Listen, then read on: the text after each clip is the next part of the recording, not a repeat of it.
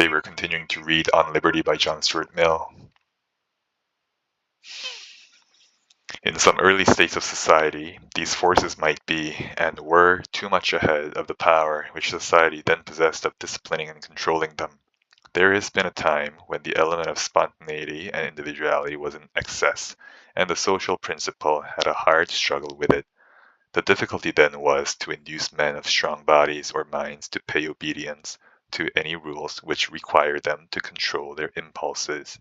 To overcome this difficulty, law and discipline, like the Pope struggling against the emperors, asserted a power over the whole man, claiming to control all his life in order to control his character, which society had not found any other sufficient means of binding. But society has now fairly got the better of individuality, and the danger which threatens human nature is not the excess, but the deficiency of personal impulses and preferences. Things are vastly changed since the passions of those who were strong by station or by personal endowment were in a state of habitual rebellion against laws and ordinances, and required to be rigorously chained up to enable the persons within their reach to enjoy any particle of security. In our times, from the highest class of society down to the lowest, everyone lives as under the eye of a hostile and dreaded censorship, not only in what concerns others, but in what concerns only themselves. The individual or the family do not ask themselves, what do I prefer? Or what would suit my character and disposition? Or what would allow the best and highest in me to have fair play and enable it to grow and thrive? They ask themselves, what is suitable to my position? What is usually done by persons of my station and pecuniary circumstances? Or, worse still, what is usually done by persons of a station and circumstances superior to mine? I do not mean that they choose what is customary, in preference to what suits their own inclination. It does not occur to them to have any inclination, except for what is customary. Thus the mind itself is bowed to the yoke, even in what people do for pleasure. Conformity is the first thing thought of. They live in crowds, they exercise choice only among things commonly done, peculiarity of taste, eccentricity of conduct are shunned equally with crimes, until by dint of not following their own nature, they have no nature to follow. Their human capacities are withered and starved. They become incapable of any strong wishes or native pleasures, and are generally without either opinions or feelings of home growth or properly their own. Now, is this, or is it not, the desirable condition of human nature? It is so on the Calvinistic theory. According to that, the one great offense of man is self-will. All the good of which humanity is capable is comprised in obedience. You have no choice, thus you must do, and no otherwise. Whatever is not a duty is a sin. Human nature being radically corrupt, there is no redemption for any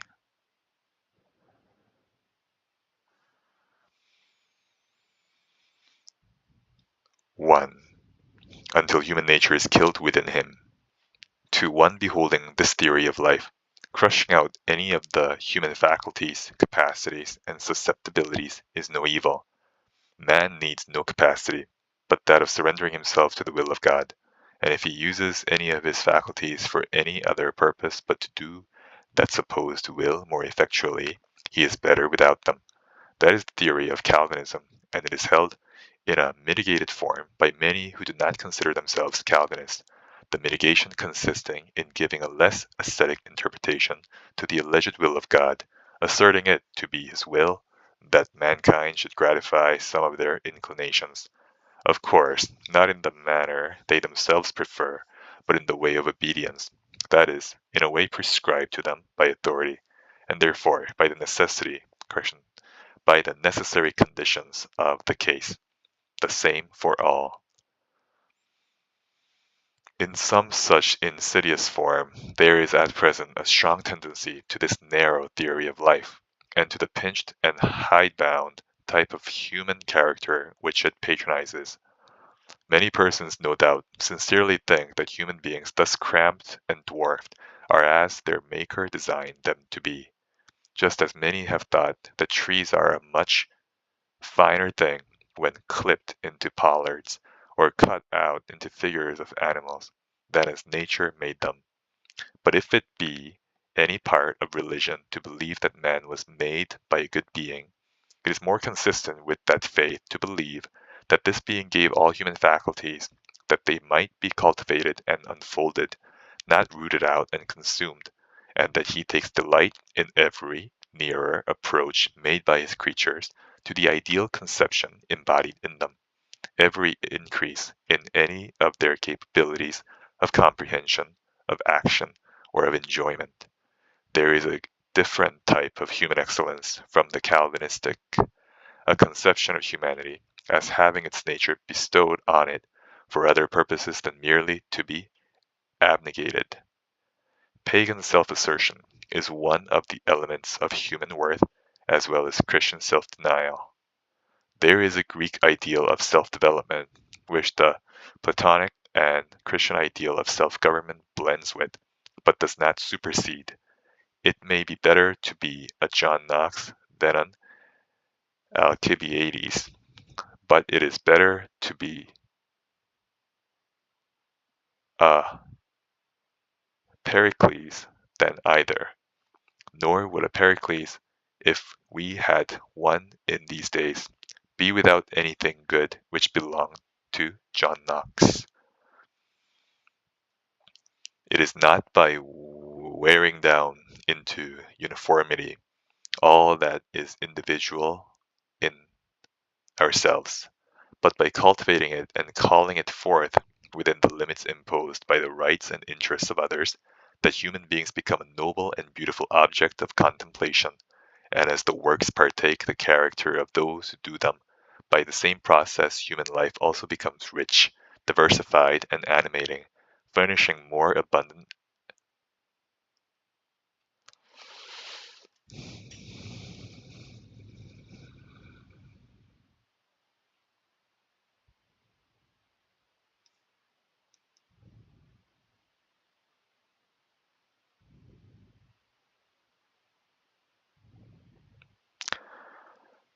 aliment, correction, aliment to high thoughts and elevating feelings, and strengthening the tie which binds every individual to the race by making the race infinitely better worth belonging to. In proportion to the development of this correction of his individuality, each person becomes more valuable to himself and is therefore capable of being more valuable to others.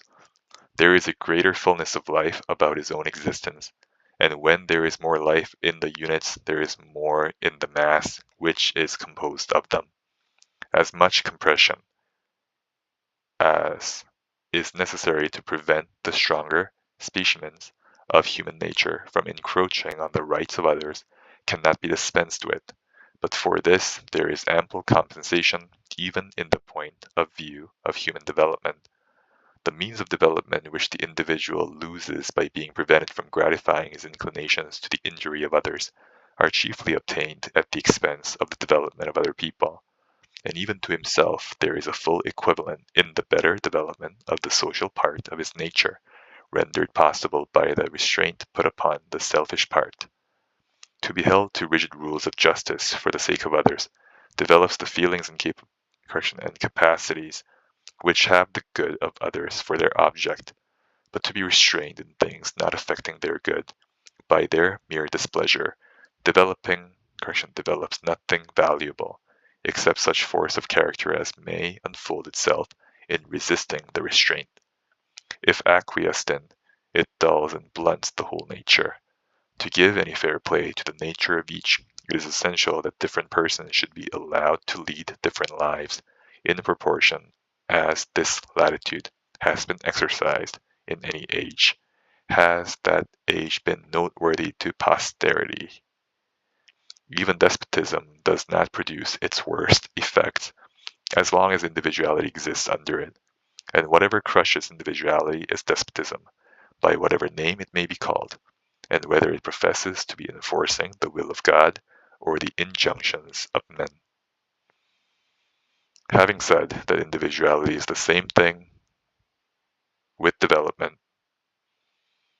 and that it is only the cultivation of individuality which produces or can produce well-developed human beings, I might here close the argument, for what more or better can be said of any condition of human affairs than that it brings human beings themselves nearer to the best thing they can be, or what worse can be said of any obstruction to good than that it prevents this. Doubtless, however, these considerations will not suffice to convince those who most need convincing, and it is necessary further to show that these developed human beings are of some use to the undeveloped, to point out to those who do not desire liberty and would not avail themselves of it, that they may be, in some intelligible manner, rewarded for allowing other people to make use of it without hindrance. In the first place, then, I would suggest that they might possibly learn something from them. It will not be denied by anybody that originality is a valuable element in human affairs. There is always need of persons not only to discover new truths and point out when what were once truths are true no longer, but also to commence new practices and set the example of more enlightened conduct and better taste and sense in human life. This cannot well be gainsaid. Correction. This cannot be correction. This cannot well be gainsaid by anybody who does not believe that the world has already attained perfection in all its ways and practices. It is true that this benefit is not capable of being rendered by everybody alike. There are but few persons, in comparison with the whole of mankind, whose experiments, if adopted by others, would be likely to be any improvement on established practice. But these few are the salt of the earth. Without them, human life would become a stagnant pool. Not only is it they who introduce good things which did not before exist, it is they who keep the life in those which already existed. If there were nothing new to be done, would human intellect cease to be necessary? Would it be a reason why those who do the old things should forget why they are done and do them like cattle, not like human beings? There is only too great a tendency in the best beliefs and practices to to degenerate into the mechanical, and unless there were a succession of persons whose ever recurring originality prevents the grounds of those beliefs and practices from becoming merely traditional, such dead matter would not resist the smallest shock from anything really alive, and there would be no reason why civilization should not die out as in the Byzantine Empire. Persons of genius, it is true, are and are always likely to be a small minority, but in order to have them, it is necessary to preserve the soil in which they grow. Genius can only breathe freely in an atmosphere of freedom. Persons of genius are ex vi termini, more individual than any other people, less capable, consequently, of fitting themselves without hurtful compression into any of the small number of molds which society provides in order to save its members the trouble of forming their own character. If from timidity they consent to be forced into one of these molds, and to let all that part of themselves which cannot expand under the pressure remain unexpanded, society will be little the better for their genius. If they are of a strong character, and break their fetters, they become a mark for the society which has not succeeded in reducing them to a commonplace, too commonplace, to point at with solemn warning as wild, erratic, and the like, much as if one should complain of the Niagara River for not flowing smoothly between its banks like a Dutch canal. I insist thus emphatically on the importance of genius and the necessity of allowing it to unfold itself freely both in thought and in practice, being well aware that no one will deny the position in theory, but knowing also that almost everyone in reality is totally indifferent to it. People think genius a fine thing if it enables a man to write an exciting poem or paint a picture, but in its true sense, that of originality in thought and action, though no one says that it is not a thing to be admired, nearly all, at heart, think that they can do very well without it. Unhappily, this is too natural to be wondered at. Originality is the one thing which unoriginal minds cannot feel the use of. They cannot see what it is to do for them. How should they? If they could see what it would do for them, it would not be originality. The first service which originality has to render them is that of opening their eyes, which being once fully done, they would have a chance of being themselves original. Meanwhile, recollecting that nothing was ever yet done which someone was not the first to do, and that all good things which exist are the fruits of originality, let them be modest enough to believe that there is something still left for it to accomplish, and assure themselves that they are more in need of originality the less they are conscious of that correction of the want. In sober truth, whatever homage may be professed, or even paid to real or supposed mental superiority, the general tendency of things throughout the world is to render mediocrity the ascendant power among mankind.